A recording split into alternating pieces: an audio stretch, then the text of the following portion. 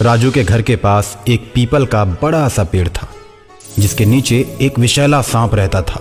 सांप बड़ा ही बदमाश था, आते जाते लोगों को काट दिया करता था। उसके काटने से लोगों के शरीर में जहर फैल जाता था और लोग मर जाते थे। और इस तरह उस सांप ने उस रास्ते पर आतंक का माहौल पैदा कर रखा था। लोगों ने राहगीरों को बचाने के लिए पेड़ पर एक तख्ती लिखकर टांग दी थी और उस तख्ती में लिखा था, कृपया सांप से सावधान रहें।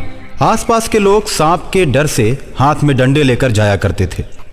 एक दिन सांप चुपके से राजू के घर में घुस जाता है। रात के 11 बजे राजू अपने कमरे में सोया था और उसके मम्मी पापा दूसरे कमरे में।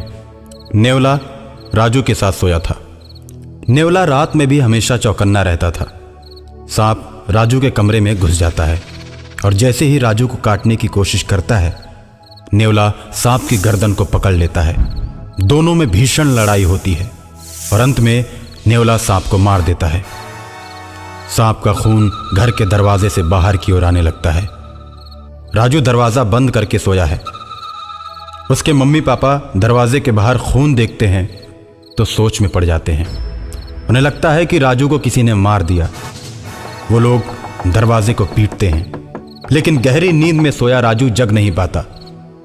नेवला किसी तरह दरवाजे को खोलता है और बाहर आता है। राजू के मम्मी पापा मन में ये सोचते हैं कि नेवले ने ही मेरे बच्चे को मार दिया।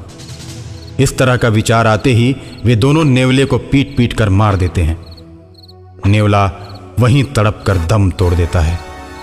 नेवले की कराह और मम्मी पापा के चिल्लाने की आवाज सुनकर राजू जग जाता है और अपनी मां से बोलता है, मम्मी सुबह सुबह क्यों चिल्ला रही हो? क्या हो गया? राजू की मम्मी उसकी आवाज सुनकर अवाक रह जाती है। उसको अपने गोद में उठाकर उसका माथा चूम लेती है। राजू के पापा भी कमरे में प्रवेश करते हैं। कमरे की लाइट ऑन करते हैं तो देखते हैं कि वहां पर सांप मरा पड़ा है और उसका खून दरवाजे के बाहर तक आया है। शालिनी, देखो ना, इधर सांप मरा पड़ा है। अरे ये तो बहुत ही विषैला सांप लग रहा है। मम्मी, मेरा नेवला कहाँ है? मैं रात को जब सोया तो ये सांप मुझे काटने के लिए आया था। नेवला भैया ने सांप को पकड़ लिया और दोनों में खूब लड़ाई हुई। मैं तो डर की वजह से सो गया, लेकिन नेवला भैया ने सांप को मार दिया और मुझे गोद में लेकर सो गए।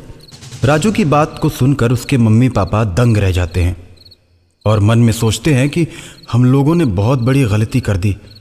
जिसने मेरे बच्चे की जान बचाई, हमने उसी की हत्या कर दी। और मरे हुए नेवले को देखकर राजू रोने लगता है। किसने मारा मेरे दोस्त नेवले को? किसने मारा?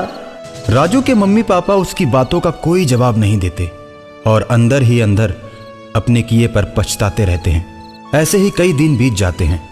राजू हमेशा नेवले के बारे में सोचता रहता है। रास्ते में अक्सर ही दोस्तों से अपने नेवले के बारे में बात किया करता था। अकाल मृत्यु के चलते नेवला और सांप दोनों प्रेत आत्माएं बन जाते हैं। नेवले की आत्मा हमेशा राजू के इर्द गिर्द घूमती रहती है और एक दिन रात को राजू के पास नेवले की आत्मा प्रकट होती है और राजू से कहती है, तुम्हारे मम्मी पापा ने मुझे पीट पीट कर मार डाला। इस बात का मुझे बड़ा ही दुख है। मेरी आत्मा भटकती रहती है। सांप भी अकाल मृत्यु के चलते भूत बन गया है।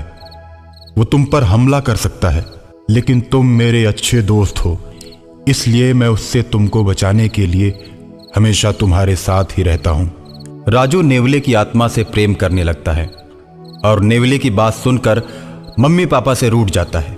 जब उसे मनाने की कोशिश वो दोनों करते हैं और तरह तरह के खिलौने राजू को लाकर देते हैं। मेरे दोस्त नेवले को तुम दोनों ने पीट पीट कर मार डाला। तुम दोनों गंदे मम्मी पापा हो। अब मैं किसी से दोस्ती नहीं करूंगा। तुम मेरे दोस्तों को भी पीट पीट कर मार डालोगे। तुम हमें अकेले देखना पसंद करते हो, मेरे दोस्तों को बिल्कुल पसंद नहीं करते, इसलिए मैं भी तुम लोगों को पसंद नहीं करूंगा। जाओ, मैं तुम लोगों से बात नहीं करता। नहीं राजू, खून देखकर हमने सोचा कि नेवले ने तुमको मार दिया। इस भूल में हमने गलती कर दी। नहीं राजू, मम्मी पापा को ऐसा नहीं बोलते। मैं भी जानता हूं कि तुम्हारे मम्मी पापा ने बचपन से मुझे अपने बच्चे की तरह रखा था। अनजाने में मैं मारा गया। मेरी आत्मा हमेशा तुम लोगों के साथ रहेगी। जब भी तुम्हारे ऊपर संकट आएगा मैं तुम लोगों की मदद करता रहूंगा।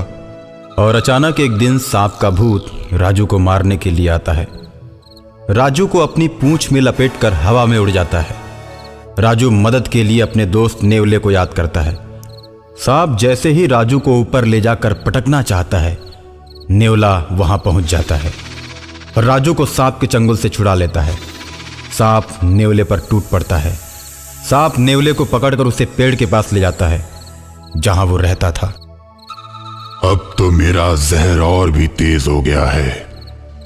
देखता हो मेरे जहर से तुम लोगों को कैसे बचाते हो। इतना कहकर सांप गायब हो जाता है और बहुत से लोगों को काटकर उन्हें मौत के घाट उतार देता है। लोगों को परेशान देखकर एक तांत्रिक बाबा आते हैं और कहते हैं, एक सांप भूत बन चुका है, वही लोगों को मार रहा है। बाबा, हमें उस सांप के प्रकोप से बचाइए, नहीं तो वो हम सबको मार देगा। तुम लोग परेशान मत हो। ऐसा कहकर तांत्रिक बाबा बीन बजाने लगते हैं। बीन की आवाज सुनते ही सांप की आत्मा मदमस्त होकर तांत्रिक बाबा के पास चली आती है और तांत्रिक बाबा बोतल का ढक्कन खोलकर सदा के लिए उसकी आत्मा को उसी में कैद कर लेते हैं और शहर को सदा के लिए सांप के भय से